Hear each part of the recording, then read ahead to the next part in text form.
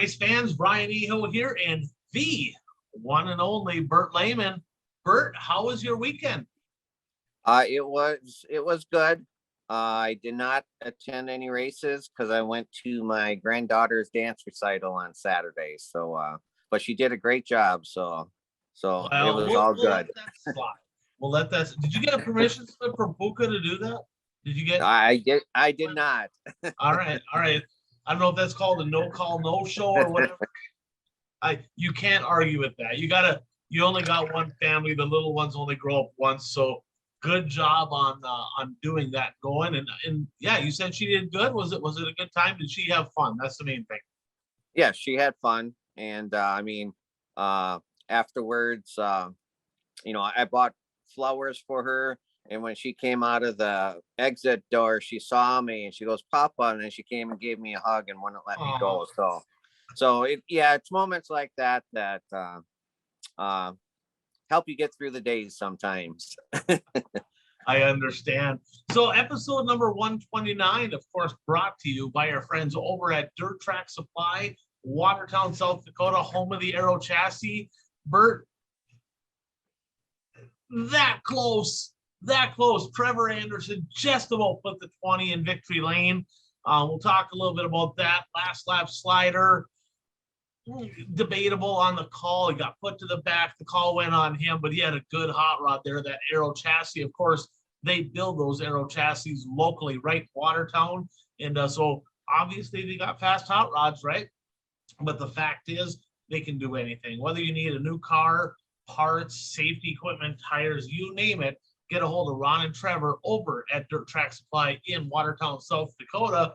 So Bert, you and I did not go to any local racing, but there was a lot of local racing within the region to be had here over the past weekend. Why don't we start with you? Give us a little bit of a recap. I know you stay up to date. What happened over in Eastern Wisconsin this past weekend? At Channel Speedway, there were 12 late models, and Brett Swedberg won the feature. I guess they had a rain delay before the feature started, so there's a little bit of a delay to the program. But Brett Swedberg won the feature. Nick Avalink was not there. I guess he was at a wedding.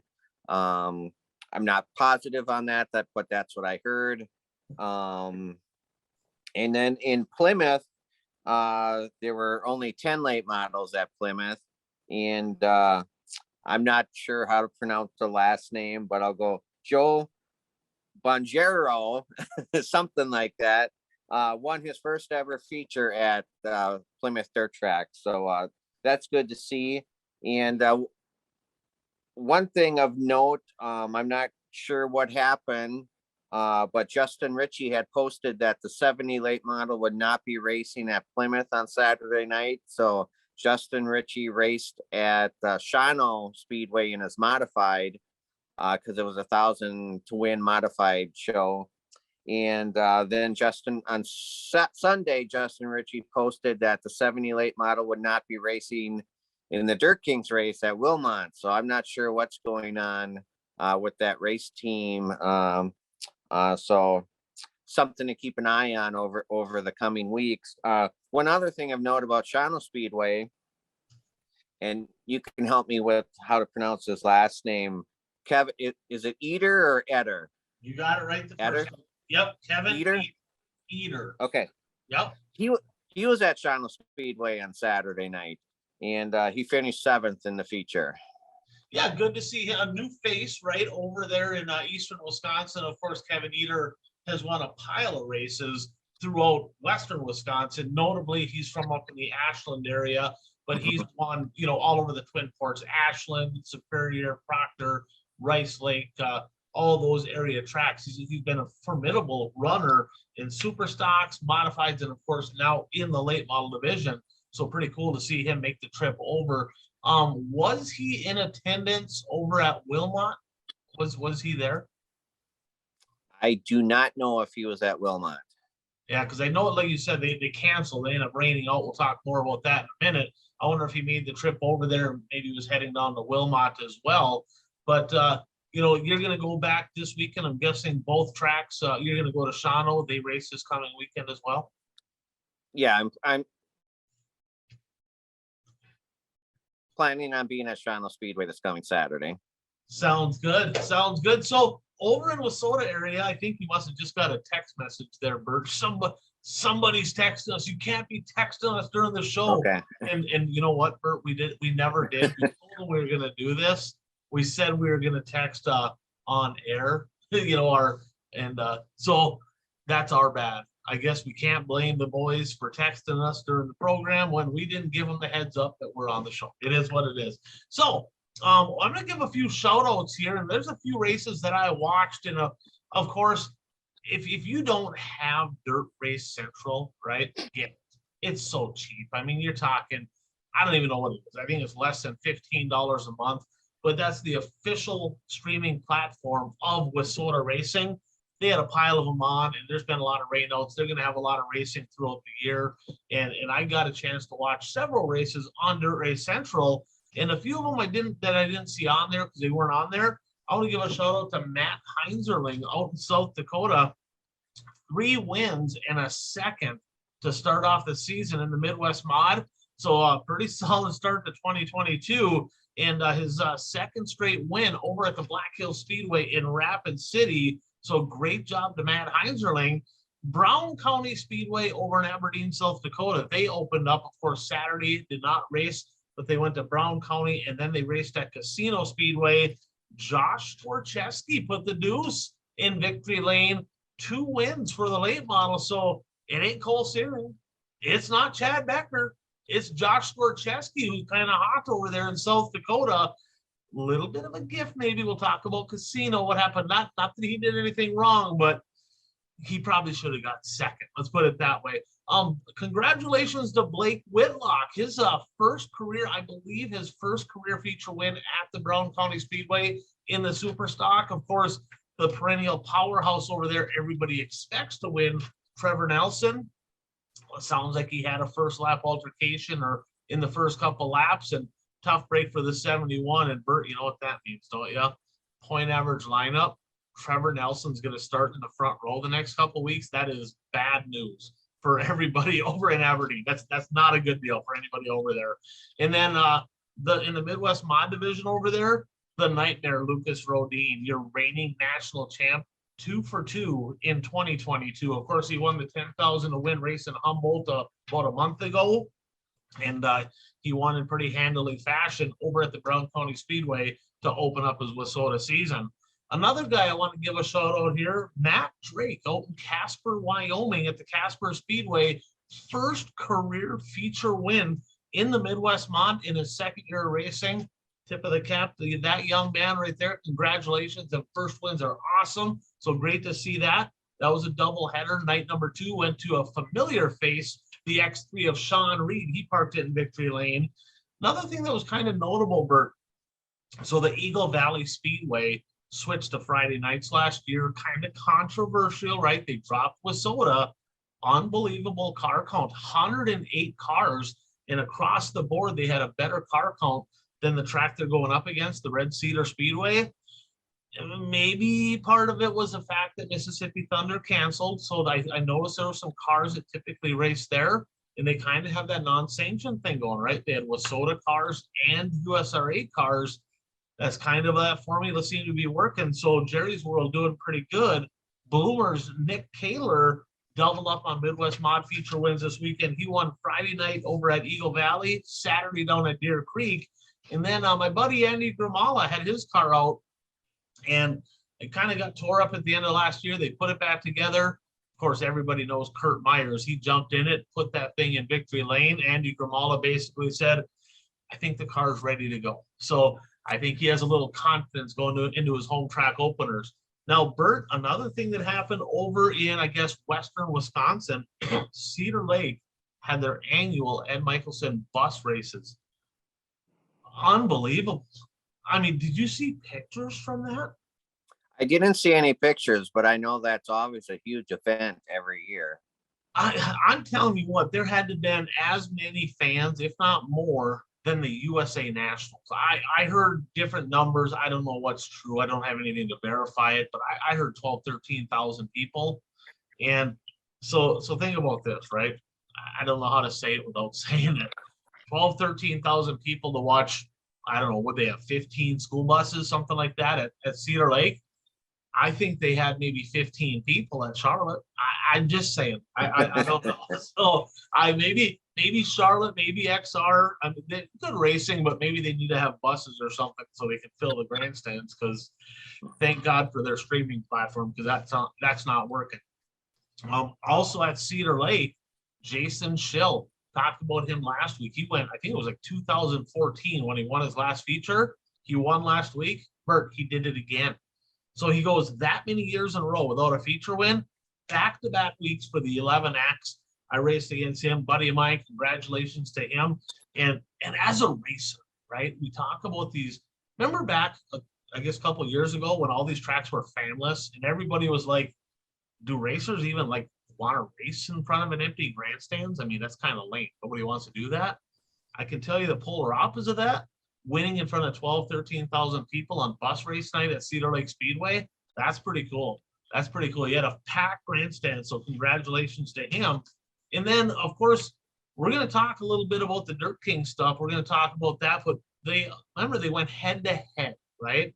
So a little bit of controversy there. So we'll touch on I-94 and Red Cedar, and we'll just kind of banter back and forth here a little bit. So, I gave a donkey award, right, for the Red Cedar Speedway and Dirt Kings here a couple weeks back. I'm like, the hell are they doing? Running a Dirt Kings race, Tom Stiding Memorial, on top of the Challenge Series. Well, why are they doing that? Well, when you look at it, Bert, Jimmy Mars, he's on the board at the Red Cedar Speedway. He's on the board. He went to Fergus Falls. I did not expect that. I was flabbergasted. It sounds like he was not happy with that decision. He's only one vote. Sam Mars, of course, John Canta, who's been running for many years the Challenge Series, Jake Radetsky, who was kind of on the fence. Pat Noer, I wouldn't count him as a Menominee guy. That's not really his forte. He goes as Superior. But were you surprised that both Marses, Canta and Radetsky, went to Fergus instead of Red Cedar? Did that surprise you? Not totally. I mean, I had read on Facebook. I mean, you always have to take everything you read on Facebook with a grain of salt, but that Sam Mars was contemplating on following the Challenge Series. And if that's the case, obviously he's going to go race in the Challenge Series race. So I wasn't totally surprised that all those guys went to the Challenge Series race.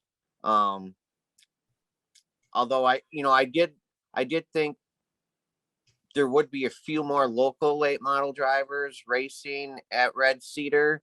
I don't know if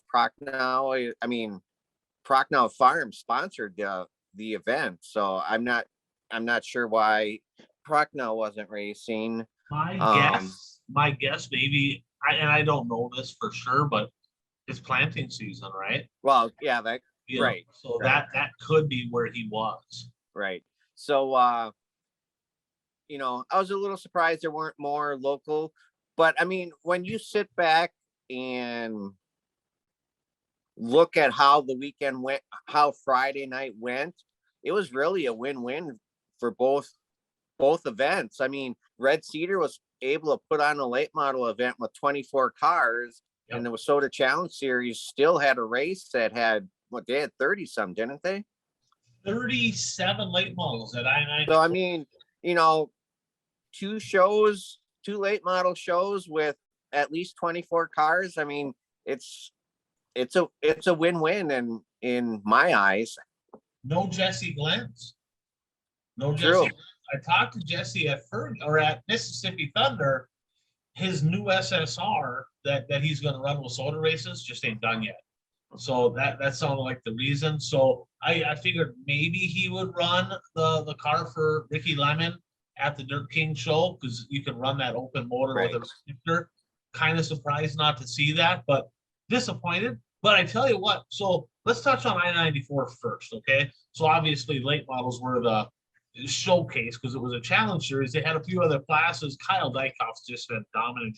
He's off to a really good start in the street stock. Justin Vogel and my pick to win the Minnesota national title, Braden Brower, great battle there for second. In the Midwest mods, a little bit of controversy there, Bert. So Travis Sauer was putting pressure on the 2G of Brock Grunwald. Remember, Brock Grunwald won over at Bristol, the Bristol, I guess, Bristol Dirt Nationals or whatever you call it. He won the Midwest mod race there. And Sauer was passing him for the lead. Lap car spun out in front of him. Sauer clipped him. I don't know if he bent something in the front end. Yellow comes up with just a couple to go. And the 9B of Brendan Blasick was literally half a straightaway behind. He was not going to be in position for the win. Bert, he threw the people's elbow on Brock Grunwald. He come in and he just pumped him up to the side of the racetrack, got by him. Grunwald threw a slider. Blasick crossed back underneath him, drove away. So a big win for Brendan Blasick there. I tell you what, that Midwest mod class, they don't play very nice. I can see maybe a little bit of, I guess, a little bit of tension between those two. That'll be something to watch. The Midwest mods over in Western Minnesota, keep an eye on Blasick and Grunwald to see if maybe a little something happens as a result of that last race. Now, in the modifieds, surprise, surprise, the 7A of Shane Sabraski, literally, Bert, 2 races, 2 wins, and Wissota action. He won in the mods at I-94. He won in the supers by like 7 seconds at Brainerd. And he didn't run away with it, though, at I-94. Actually, Brady Gertis and Dusty Ditson were kind of right with him there, but Shane Sabraski, the Ironman, off to a great start. But let's talk about the late models. So in the late models, Double One Express, Pat Moore. So Bert, he ended the 2021 season with a second at the Red Clay Classic, a win at the Fall Classic in Ogilvie, and a win at the Can-Am Clash at the Gondikwa Speedway in Superior. One night, one win, first place at the Structural Buildings with Soda Late Model Challenge Series opener at the I-94 Speedway. He started right where he left off. Arguably, maybe not a ton of wins last year, but would you say that's one of the better years Pat Moore's had in a long time? Just second or third every single night, and it doesn't look like he's slowing down anytime soon. What's your thoughts on Pat Moore? Yeah, I mean, he's definitely not slowing down. And I mean, when you sit back and think, you know, he's been racing a long time. And, you know, a lot of times. Pat, Bert's calling you old. I'm not. You're a young man.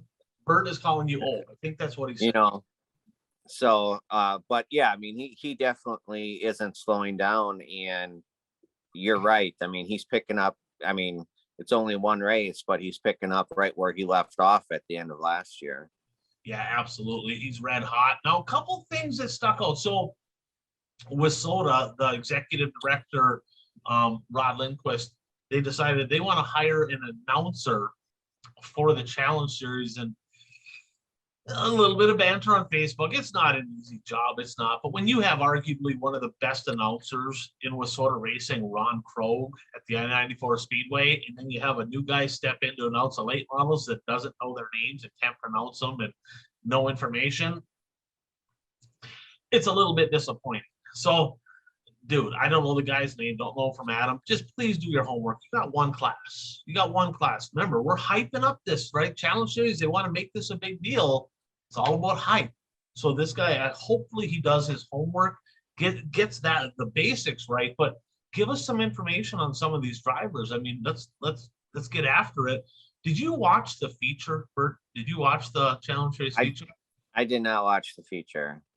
I got to give and this is with all love, okay? Don Shaw, this is with love. I got to give him a donkey award. I got to. Dude, they moved the tires out 1 and 2 on a yellow with like 10 to go or something like that. Completely changed the whole bottom groove of the racetrack in the middle of the race. What are you doing? You can't be moving tires around in the middle of the race. And I get it. If somebody bumps it in, you want to put it back, but clearly they pushed tires out like way further than they were. It's like, oh God. And like people were driving into them, and them nose pieces are $500 and tractor tires suck anyway. So please, racetracks, don't be pushing tires out on the racetrack in middle of the race. Please don't do that. Um, Another thing I want to touch on as far as, remember, they were supposed to have a double header, right? The Challenge Series was supposed to go to Fergus Falls Friday, and then they were supposed to go to the Viking Speedway in Alexandria, Minnesota on Saturday.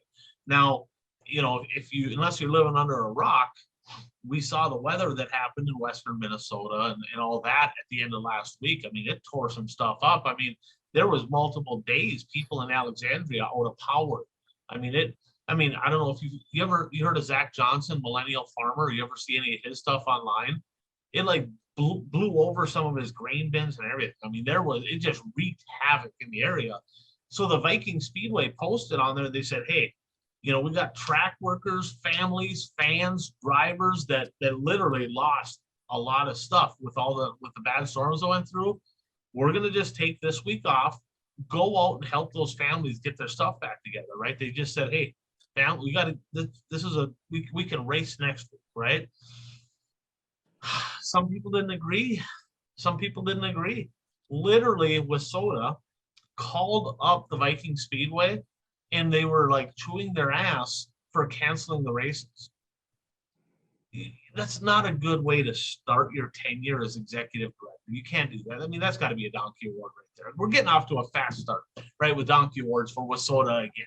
You can't be doing that. I get it. They're putting a lot into the Challenge Series. They want to make it good, and I get it. There's, everybody's kind of, everything's on his shoulders. But, I mean, people are people, right? I mean, there's sometimes we don't think so all the time, but would you agree that sometimes things are a little bit more important than racing? Yes, I would. I would agree with that. Family, what's going on in your community, community disaster, stuff like that. Yeah, for sure. So they can't be doing that. I mean, I know they were pretty disappointed. They wanted to make the doubleheader. Fergus, it was still a great show at Fergus. It is what it is. One race canceled. You got to move on, but let's tone it back with getting on the case of racetracks, because I mean, they're trying to make the image of WISSOTA good. Arguing about cancellations is not a good fit. You can't be doing that. Also at the Red Cedar Speedway, I mean, the finish of the late models, of course, Pat Dorr, great run for Cole Schill, who of course last year kind of had a down season. Remember a couple of years back, he lost his dad at a really young age. And I think that kind of threw him back for a year. But great to see Cole Schill back up on the podium, second place finish for the 44. Really happy to see that. And then Ryan Michaelson in one of those SSR cars on the podium. Cole Searing, somebody that's talking about following the Challenge Series, your reigning WISSOTA Late Model National Champ. He got fourth and held off some Hall of Famer in 28. You might have heard of him, Jimmy Marsh. He got fifth, right? So stout field of cars over there. Great to see some of these young guys running up front. Ashley Anderson, Burt back in victory lane over at the Red Cedar Speedway. I know that you watched the Dirt Kings over there, so I'll segue it to that. Go talk about your Dirt Kings event over in Menominee, Wisconsin. Well, like I said, there are 24 cars, 24 late models there for the Dirt Kings race. And after watching the heat races, I knew who I was going to, I don't care if he would have started 12th. I knew who I was picking to win the race, and that was the 58 car. It's kind of unusual that he has his late model out this early in this season. Yeah, we're usually playing Where's Waldo with AJ Demo. I got to be honest, I watched that race on Dirt Race, or that was on XR. XR. AJ Demo didn't have the best car. Well, I'm not. Well, no, I mean, Chad Mater had the best car. AJ Demo, a couple aggressive moves, not dirty, just kind of a couple aggressive moves to kind of keep the 55 behind them. Chad Mater played nice. Chad Mater could have chucked a couple sliders, threw a couple elbows. Me and my buddy Krauss talked about it. We're like, man, what a pussy. Get after a little bit. he likes to keep his stuff clean. I get it. But it was a good race. And Demo kind of gapped a little bit at the end with lap traffic, but they lapped what, fifth? Giassi got fifth. Giassi was fifth. And he got lapped. So Giassi was fifth, but he advanced 14 spots. Yeah, and still got lapped. Right? Yes. So yeah, he advanced 14 spots. Impressive run to get in the top 5, and AJ Demo lapped him. And of course, Chad Nader was right there. Solid run by your guy, right? The Eastern Wisconsin guy, Nick Amblin. Didn't he finish third? Yeah, Nick was third. And but yeah, I mean, watching AJ and Mader work their way through traffic, because the traffic was heavy in several portions of the race. And yeah, there were some times when, you know, I thought Mader was going to do a slide job, but he didn't do a complete slide job. He kind of went in and then eased off. It seemed like he eased off a little bit. I've never tried to do. He gave him room. Yeah. So, And, AJ, remember that, right?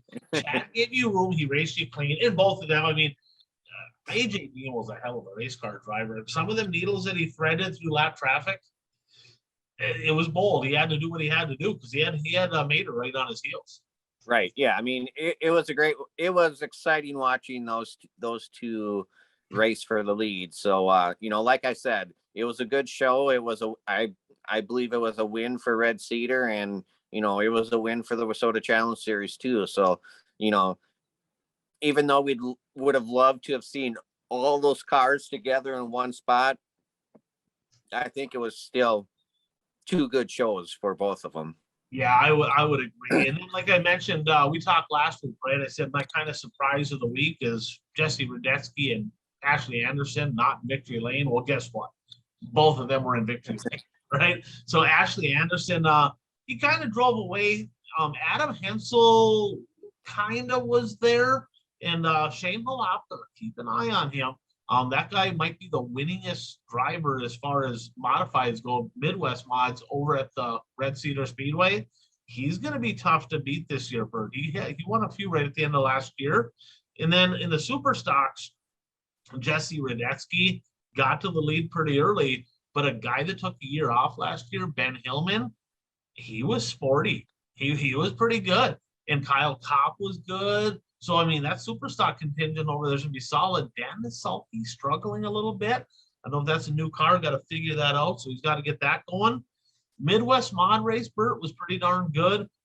Kennedy Swann, right? We talked about her a lot last year. She got to the lead right away, of course, to the defending champ over at the Red Cedar Speedway.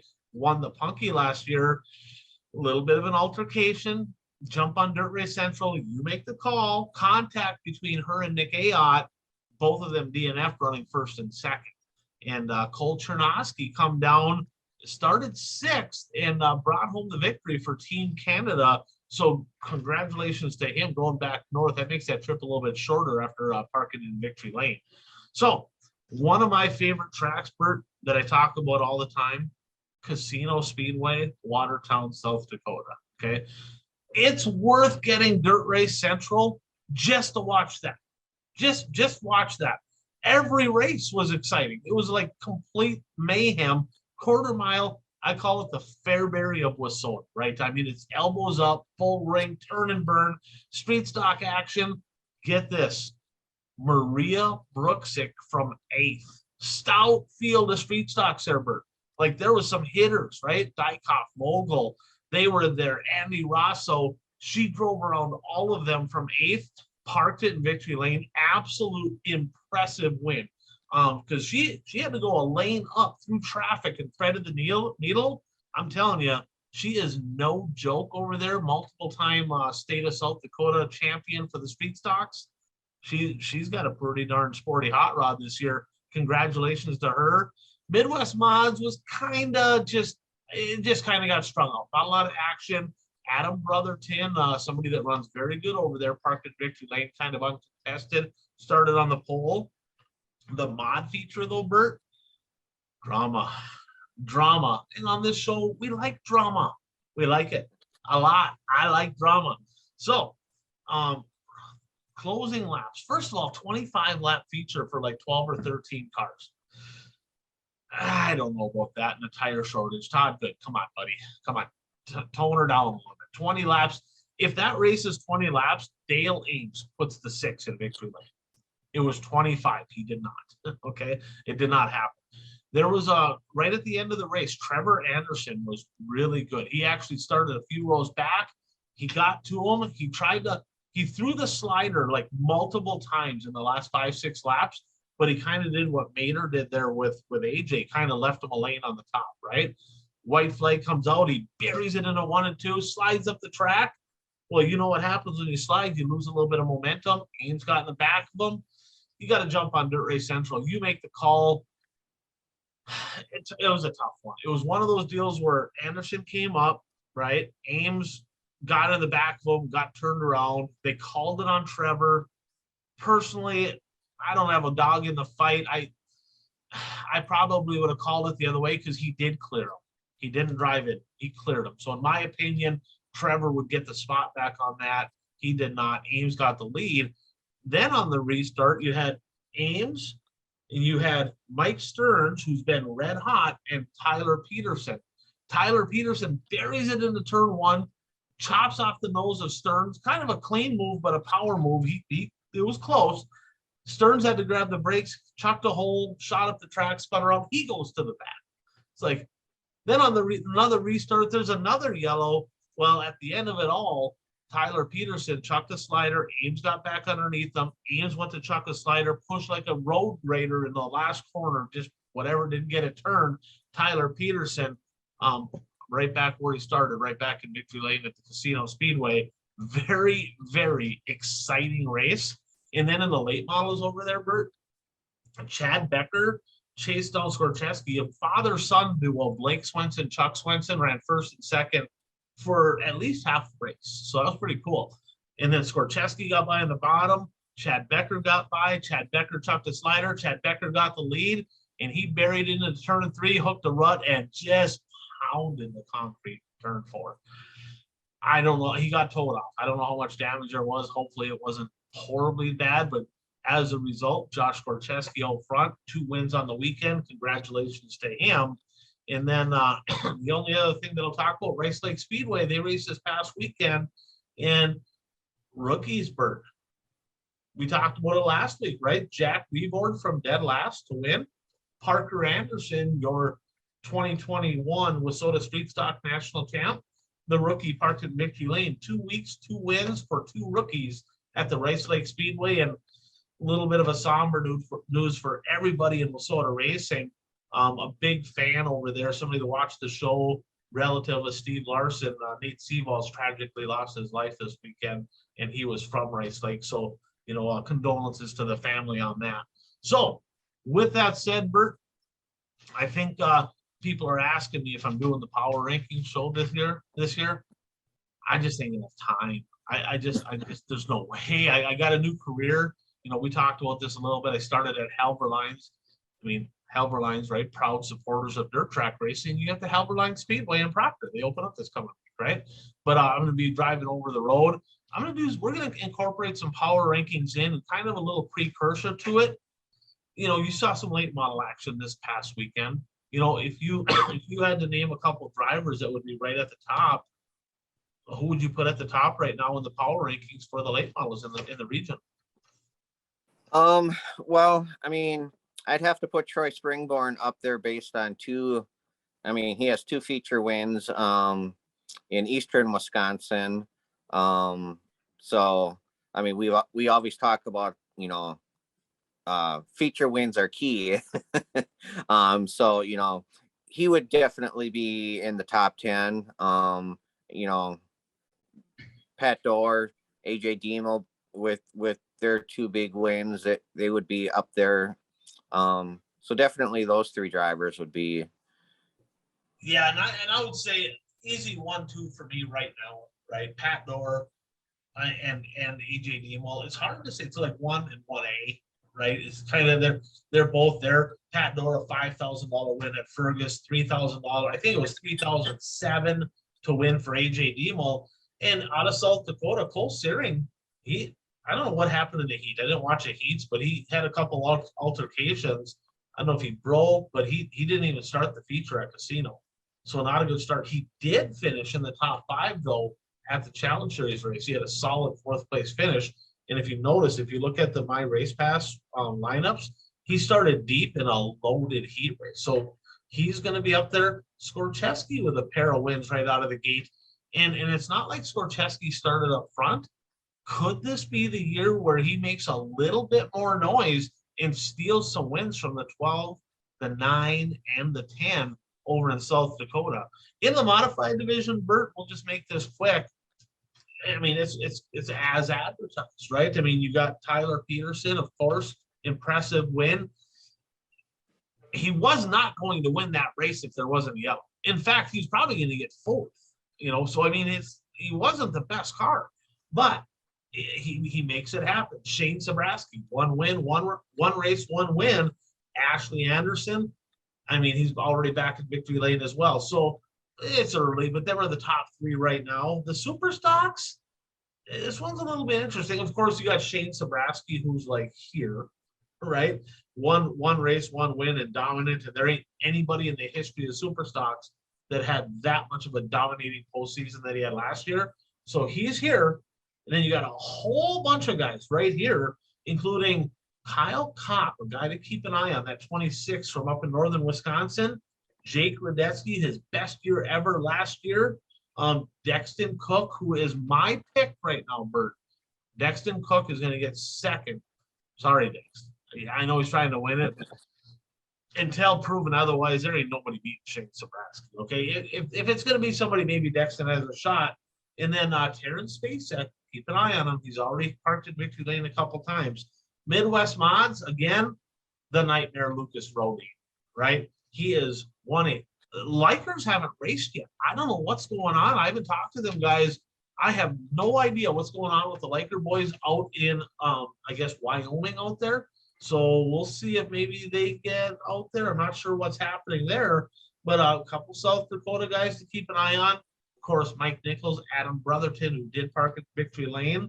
And then Fergus cars, there's always that contingent there too. You got, of course, Travis Sauer, who kind of picked up a notch. He's pretty quick.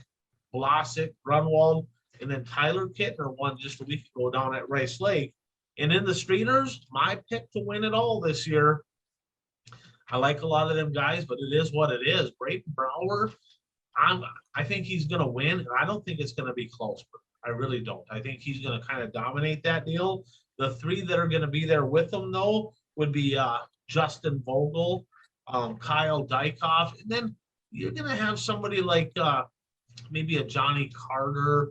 And Ryan Satter ain't been quite what he started. He's starting out with a little bit of a slump, but Maria Brooksick was absolutely impressive. So we'll keep an eye on her because she runs several nights a week too. So with that said, Bert, that's enough on the power rankings here.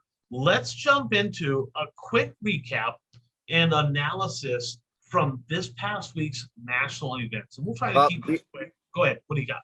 Yeah, and one more thing I wanted to mention is, the Dirt Kings, they were supposed to race at Wilmont on Sunday night. But unfortunately, that race got rained out. And from what I heard was it started raining shortly after most of the drivers arrived at the racetrack, which is unfortunate considering the price of fuel these days. And so, it's tough to see. We've talked a lot on the show about the National Series canceling programs 4 days before they're scheduled to take place because of the forecast. And I don't know what the forecast was down in Wilmont. I don't know what the percentage for the chance of rain was, but it's unfortunate that it got rained out after the drivers drove all that way. And the Dirt Kings, they had posted on their Facebook page that they're working with the Wilmont track to reschedule this event because it is one of their bigger events of the year. It's the Diamond 44, which is in memory of Diamond Jim Letizia, who passed away, I think was before the race season last year. So he was a driver in the Dirt King series. But after it got rained out, I was thinking, because most of the drivers in the Dirt King series are from the Shawano area. And so on Saturday, they had to drive to Western Wisconsin to race at Red Cedar Speedway. And, you know, I went to Google Maps, and from Shawano to Menominee is 172 miles, 2.5 hour drive. So they drive there Friday, drive back to the Shawano area, and then 2 days later, drive south of Milwaukee to Wilmot, which is 200 miles, 3 hours away. It probably wasn't the best scheduling to be. I mean, we've ripped on Wissota a lot, but at least, you know, the I mean, granted, the one on Saturday did get canceled, but they had scheduled 2 races relatively close. So, you know, the drivers make the trip, and then you just have to travel a small distance to go to the second race, where, you know, the Shawano drivers are, I mean, that's 372 miles over, you know, to go to 2 different races. And, you know, like I said, probably not the best scheduling, but, you know, maybe that's all they could do. But in these days with the fuel prices the way they are, I think you got to get creative in how you do your schedules and make sure the drivers aren't driving all over the place. Yeah, I 100% agree. And I don't know what the situation was either as far as the forecast, or if something just popped up. I don't know that. But I do know that scheduling deal that they had is that ain't good. You can't do that. That's a good way to lose cars and not get followers. You just can't do that. And then promoters. And, well, I just wanted to mention too, I mean, maybe that had something to do with the small car counts at Shawano and Plymouth on Saturday, you know, because drivers don't have unlimited funds. So it's like, okay, if I want to race the 2 Dirt Kings race, I'm going to skip, you know, the regular race at Shawano or Plymouth. And I know in talking with Jason in the past, Jason Schultz, the owner of Dirt Kings, and talking with him in the past, he doesn't schedule races on nights of the regular weekly programs because he doesn't want to hurt the programs. And I give him credit for that. But sometimes one of they always say unintended consequences, and that might be one of them, right, with the way the schedule was set up. Yeah, scheduling's a challenge. We get it, but yeah, that's just something they got to look at. But promoters as a whole, I'll end with this. With the fuel prices the way they are, the tire shortages, the cost of everything going up, if it looks like rain, yeah, there's going to be some people upset that you canceled early. It is what it is. But it's when you have people traveling long distances to race, take that into consideration. You're better off just calling it a night and moving on to the next show. It is what it is. And it's not always the easiest thing to do because you're going to get some grief sometimes. But, you know, you got to look out for people because this ain't getting any cheaper. We got to keep people coming back. So we're going to keep this quick on the national scene first. It's local season up here. But just there was a couple big. There was a head-to-head XR event versus Flow, right? I mean, they had the Colossal 100 down at the dirt track at Charlotte, and then they had the first annual Illinois Speed Weeks, which was a massive success. Both of them had incredible car counts. Both of them were in the 50s for late models. That's incredible. That was excellent car counts down there, you know, on those 2 events. And we're going to talk a little bit more in our top 5 moments of the week on a couple key things that happened. But other than those things that we're going to talk about, what stuck out to you from this past week's events? Well, I'm gonna say a few wilds here. I mean, we've talked about NASCAR and the decline of NASCAR, and I just want to say a few things. Rockingham, North Wilkesboro, market size, cookie cutter tracks. We all mention those as reasons for the decline of NASCAR. And I think the 2 different events that took place this last week is a clear indication of the 2 roads that you could go down with dirt late model racing. We always say we don't want dirt late model racing to follow in the footsteps of NASCAR. And I think if you veer away from the tracks that are on that were part of the Illinois Speed Weeks, you're going down the wrong road. That was If you wanna veer towards a big track in a mass market area, unexciting racing, then you're gonna follow the NASCAR path. correct. You know, and if I had to go, what was better, right? As far as overall entertainment value, well, Charlotte wasn't terrible, right? I mean, it was okay. It was actually, it wasn't terrible. Right. It was okay. But Illinois, that Illinois Speed Week was unbelievable.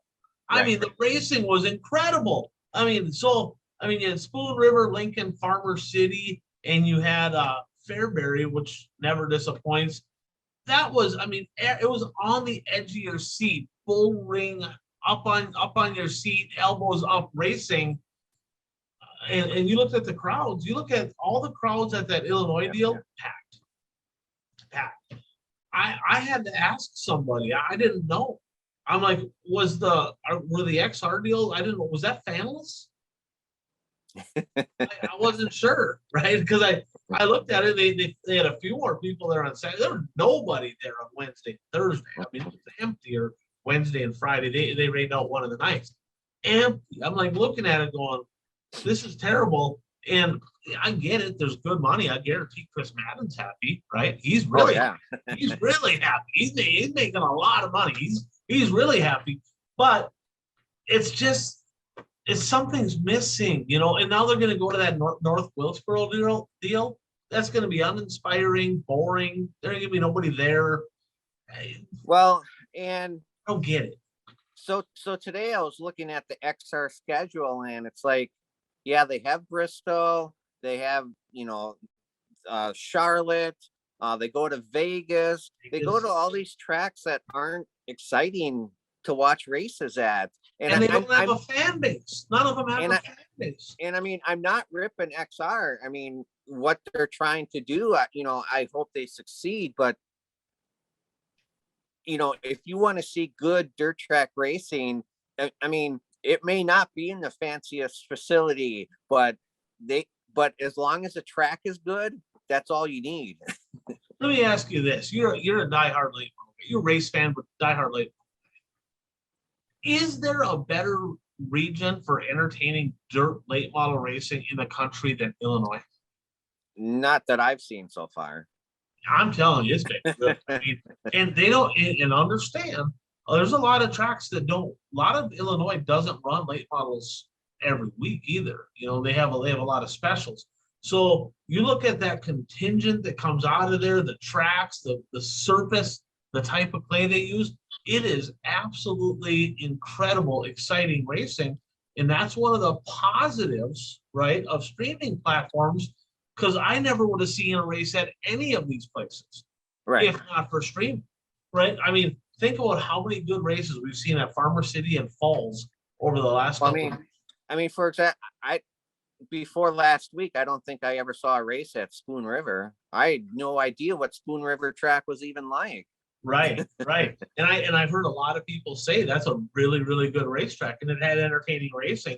Those 4 nights, you had Brandon Shepherd parking in Victory Lane, Dennis Erb Jr., Turbo won on a last lap pass, and of course Bobby Pierce. So Bert, 3 of the 4 winners, all Illini, right? So that you come to their house and there you better pack a lunch, because that Illinois group in dirt late model racing is unbelievable, and they continue to prove it. So great racing there. Down at Charlotte, of course, Madden won a pair of them down there. And then Kyle Larson, who could not be there because of NASCAR obligations on the final night, but he won night number 2. And so he's got a couple wins here too. I do like Kyle Larson winning a feature in the Flow Racing car in the XR event. Me and Jeff were talking about that, and he brought up, he's like, don't you think Flow would have wanted him to be at the Flow race, right? And I said, well, don't work that way. I mean, a lot of people look at a sponsorship deal as, I'm sponsoring that person looking for a return. And people already that are going to watch it, they already have Flow, right? And every dirt track that Kyle Larson goes to, it's broadcast everywhere. Kyle Larson's coming, right? So whether they give him a plum nickel or not, they're marketing off of Kyle Larson, regardless if he's there but it might have been better with him being at an XR race because maybe chances are if they have XR for late models, they have flow, probably, right? So they don't gain anything by that. But you're right, a flow car winning that XR deal, that was definitely. And I do want to give Chris Madden some credit because in that last race, Superman was leading, and I was thinking to myself, as long as you stay on the bottom, you should be all right. Make him pass you on the outside. And sure enough, Madden went to the outside, passed him, and walked away from him then at the very end.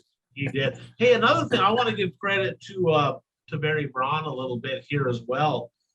He doesn't overdo it on laps, right? The 25,000 to win races are 30 laps. 30 laps. He's like, that's all you need. They're racing 25, they're racing for 25 grand, 30 laps. You don't need to make it 40, 50, wear out the track, make it one lane rubber. You don't need to do that. Sometimes more laps isn't always better, right? Depends on the size of track and so on. But I will give Barry a tip of the cap for 30 lap features for these 25 grand to win shows. I think that's good for the sport. I think more of that needs to happen. And this just popped into my mind. I didn't write it down in my notes, but we have to talk about it a little bit. I mean, we were that close to seeing the Voodoo Child back in Victory Lane. We're going to talk about that in just a second. Oh, okay. All right. That's our top. That's in the top 5 moments of the week, which is coming up right after what we talked. Well, I do want to say one thing. Did you hear the news from XR? Apparently, the drivers voted on this. They're dropping the 25,000 to win races are going to become 20,000 to win races, with that extra 5,000 being spread out through the field. Okay. And then the 50,000 to win races, I believe, are going to be 40,000 to win, with that 10,000 spread out. Okay. I got to be honest. That's a good thing. That's a good thing right there, because he's communicating with the drivers. And if the drivers come together and said, this would be better for everybody to spread it out, again, I got to give credit where credit's due, and that's looking out for the racer. That's looking out for the sport. So again, great job, Barry, on doing something like that. You don't hear stuff like that happening very often.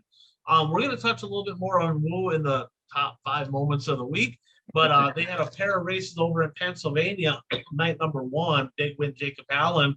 And night number 2, there's a little bit of drama there. John and Brent Marks got it done. So Posse, we'll talk about that in a second. USMTS action. Jake O'Neill doubled up, but Dustin Sorensen, I just want to kind of keep a watch out here, because he's a Minnesota guy, right? He's a Southern Minnesota guy leading the USMTS points, and he got a 3rd and a 4th this past weekend. So both nights in the top 5, staying on top of the USMTS national standings. So Bert, let's jump into our top 5 moments of the week. Of course, brought to you by Brad Parson Soil and Egg Solutions. So farmers, you're probably already getting stuff in the field. I hope you get stuff in the field. Brad has the stuff that you need to help you increase yields, increase profitability. Give him a call. His number's posted right here. Text me. I can get it to you, and give his products a try, because the tests are proven. They've done a lot of testing, a lot of extensive testing on this.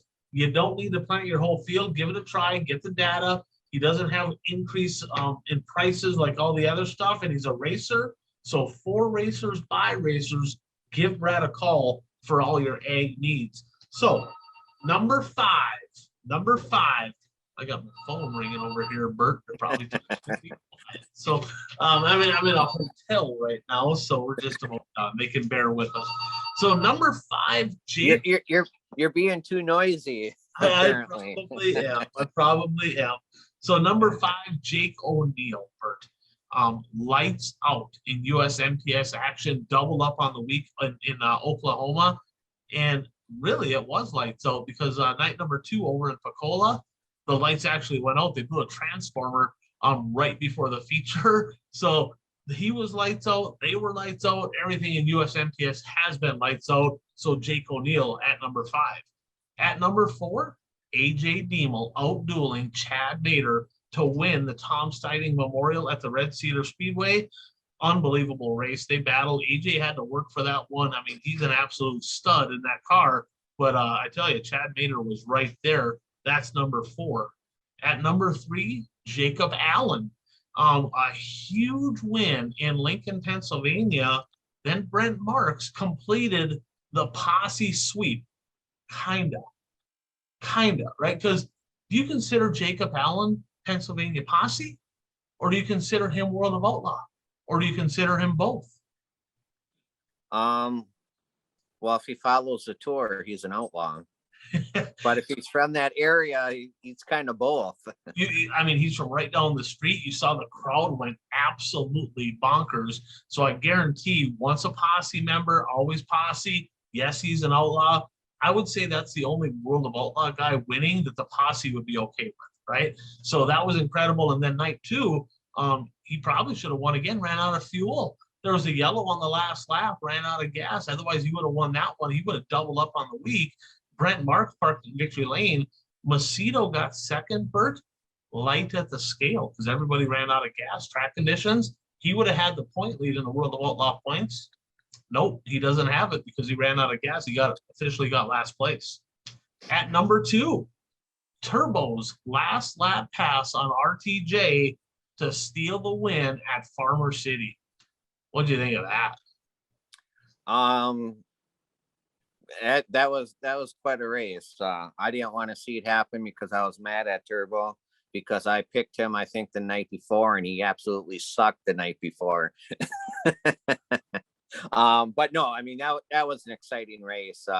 And as soon as the race was over, I thought to myself, RTJ is going to be kicking himself because he screwed up on the last lap. He got defensive. He should have just raced his line, and I think he would have been all right then. Yeah, I totally agree. And at number 1, Chris Smoky Madden with not 1, but 2 closing lap passes to win a pair of XR Super Series events down at the Colossal 100. Like you said, day number 1, I thought Scott Bloomquist had it won. I thought it was over.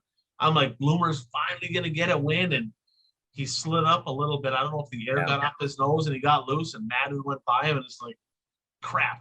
And somebody that got booed as much as Scott Bloomquist, they're going to blow the top off the place. Oh, yeah. I mean, all 11 fans at Charlotte would have been. And day 3, I mean, he worked over JD in lap traffic. And, you know, what's interesting is if you looked at the last 5 laps before that pass, Bert, the lap car that was ahead of him on the outside actually started to gap him a little bit.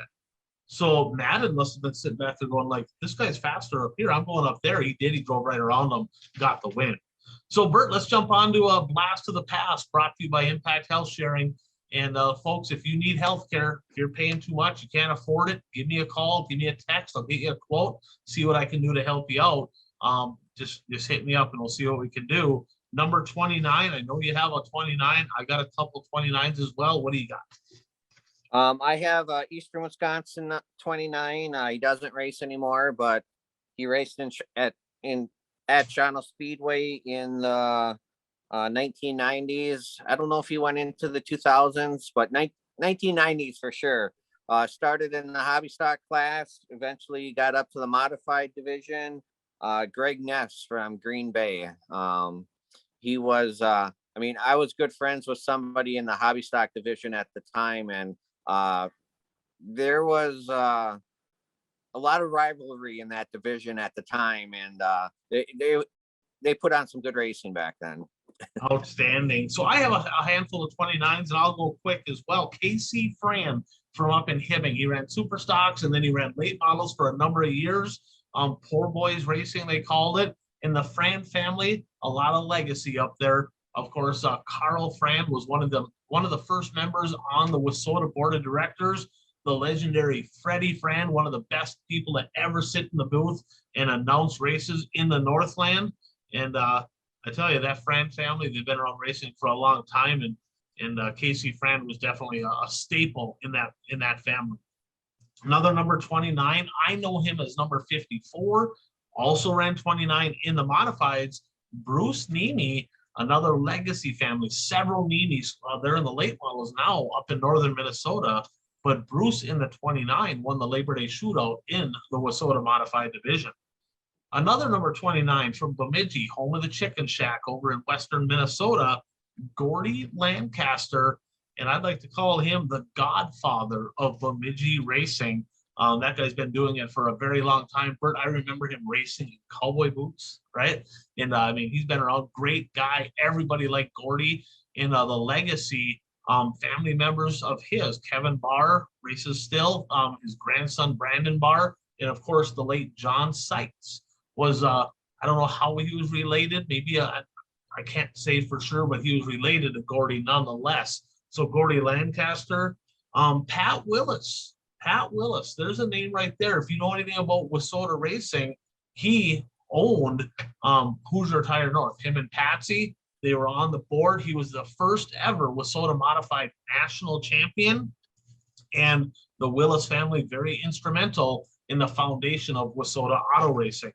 Then I'm going to jump over to Alexandria, Minnesota, Viking Speedway Hall of Famer Larry Krauss. Of course, his kid, cruiser, Jeff Krauss, racing in the super stock division. Larry went on to be heavily involved with the track, did track prep for a number of years. Jeff is on the board over there. So the Krauss family have been very strong over in Alexandria, Minnesota. And then a sprint car guy, 25th annual Knoxville Nationals winner, Bert. Can you guess it? Say that again. 25th annual Knoxville Nationals winner.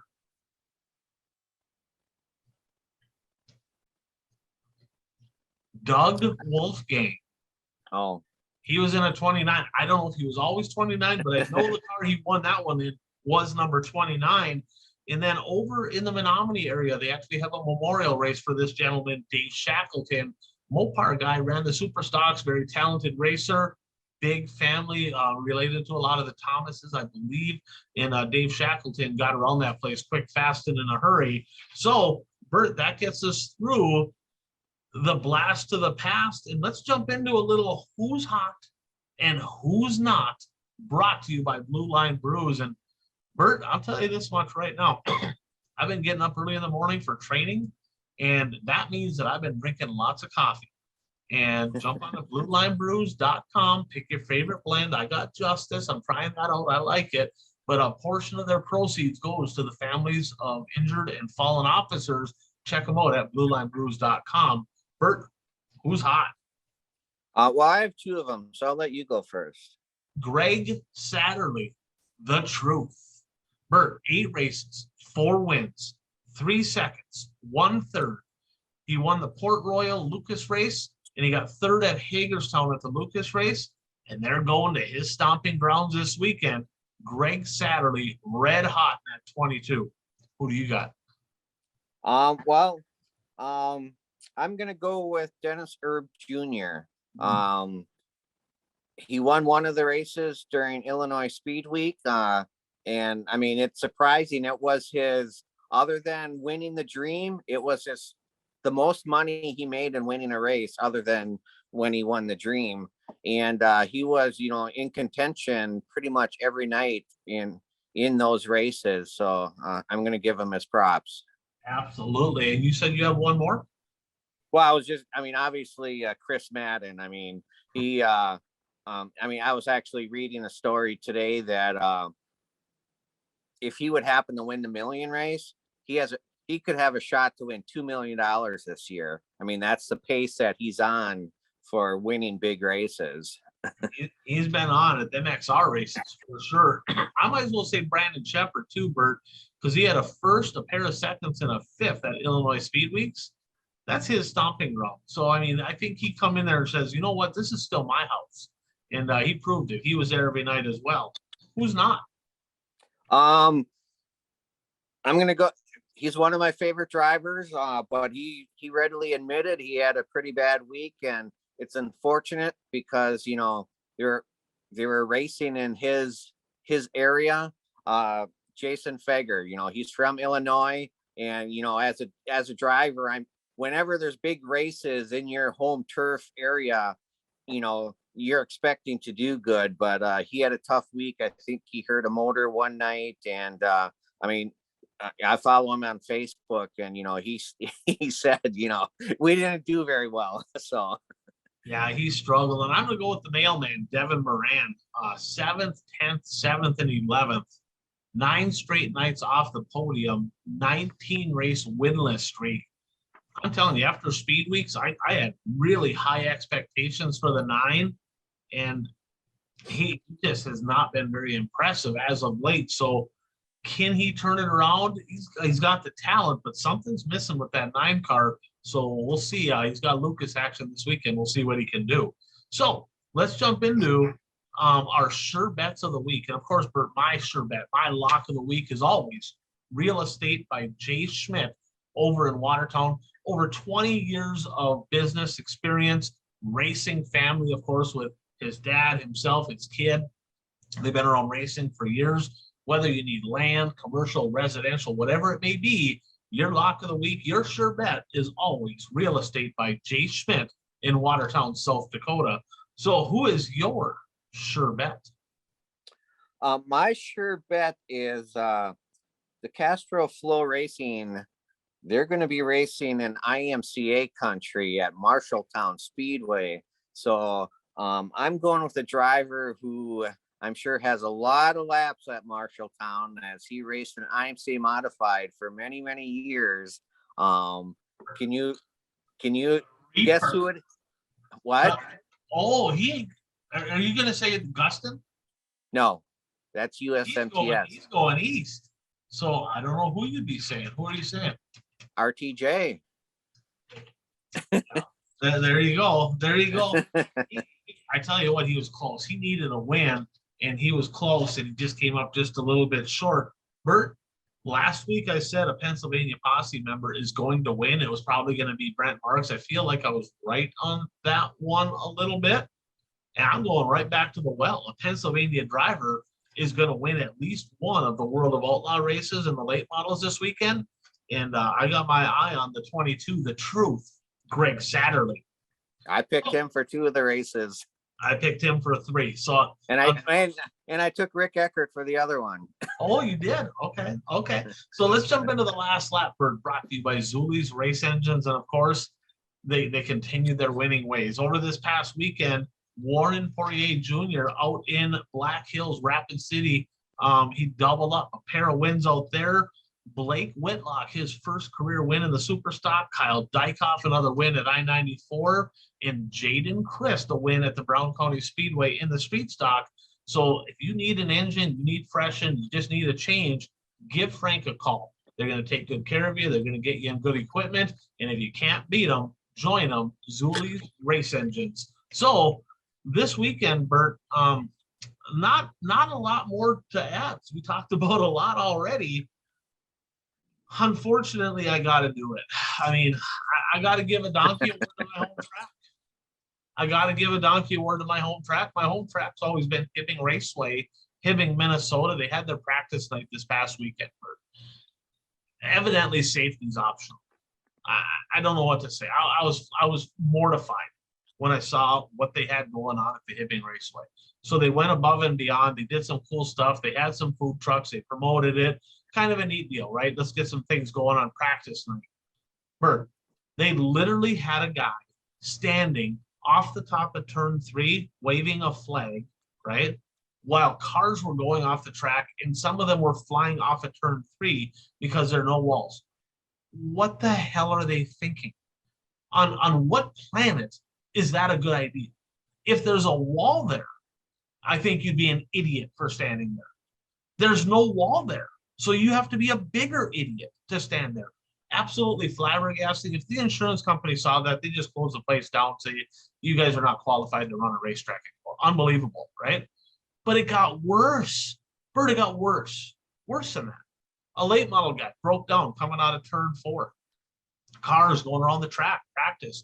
He's literally right on the edge of the track. They left him sit there for like multiple sessions and just made the cars go around them during practice. No wrecker to push him off, no four-wheeler, no nothing. They just left him there. Finally, the guy got out of his car, walked to the infield. He was literally standing by the car going like, are you just seriously gonna, this is what you're doing here? Wow, what the hell? And it gets worse than this. Off of turn 1, the cars pull off the front straightaway to go in the pits. They have to go around. a guy brought another car there to test it out to build a enduro car from. He just want to make sure it run. Well, it broke down. Okay, so off of turn one, now picture this: you got the front straightaway, and you come off of turn one, and you have to go. You have to pull off the track there. Cars are going at a high rate of speed there. Nobody pushed him away. Nobody hauled him away. Nobody did nothing. Finally, he's like, I'm gonna let it sit there all night. He drove his hauler over there, got out, and he's like loading his car up in a danger zone. They never even they just keep going. So I don't know what to say. It's absolutely disgusting. They got to get their shit together. Okay, it's embarrassing. It's embarrassing what they did over there, and I'm absolutely disgusted by it. And the board of directors of the Hibbing Raceway, they need to reach out to all those parties involved and apologize for their absolute lack of professionalism this past Saturday night. I hope their racing season better than that, because that is a huge donkey award. I should give them 3 because it was just stupid. So with that said, Bert, our current standings and weekly picks. Brad got some points this week. He's at 10. Mike jumped up to 20. Bert's at 46. Jeff is at 49. Mr. Flat Build himself, Puka, is at 53. And this guy is at 54. Your new leader. I'm just going to bask in the glory of the point lead because I don't know how long it's going to last. So this week, Bert, we got several races. I believe, what do we got? 3, 6, 7, 8, 9 of them again this weekend.